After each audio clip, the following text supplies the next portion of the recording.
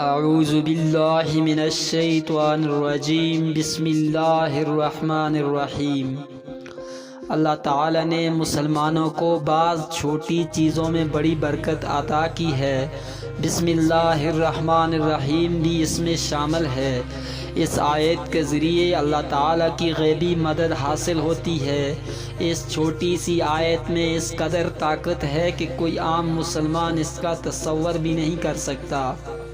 ہمارے پاس بسم اللہ الرحمن الرحیم جیسی قوت و طاقت ہونے کے باوجود اگر ہم مایوس ہوتے ہیں، یہ بڑے افسوس کی بات ہے۔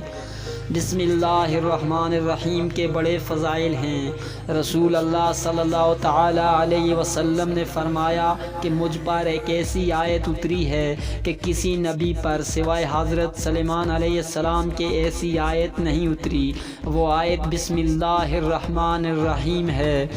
حضرت جابر فرماتے ہیں کہ جب یہ آیت اتری، بادل مشرق کی طرف چھٹ گئے، ہوائیں ساکن ہو گئیں، سمندر ٹھہر گیا، جانوروں نے کان لگا لیے، شیاطین پر آسمان سے شعلے گرے۔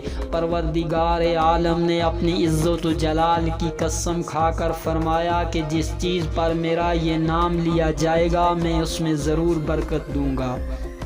حضرت ابن مسعود فرماتے ہیں کہ جہنم کے 19 داروغوں سے جو بچنا چاہے بسم اللہ الرحمن الرحیم پڑھے۔ اس کے بھی 19 حروف ہیں، ہر حرف ہر فرشتہ سے بچاؤ بن جائے گا۔ اس طرح بسم اللہ الرحمن الرحیم میں بھی 19 حروف ہیں اور وہاں فرشتوں کی تعداد بھی 19 ہے۔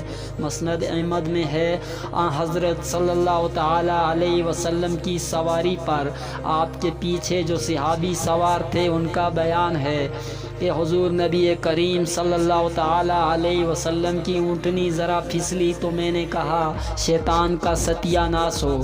آپ نے فرمایا یہ نہ کہو، اس سے شیطان پھولتا ہے اور خیال کرتا ہے کہ گویا اس نے اپنی قوت سے گرایا۔ ہاں، بسم اللہ الرحمن الرحیم کہنے سے وہ مکھی کی طرح ذلیل و پست ہو جاتا ہے۔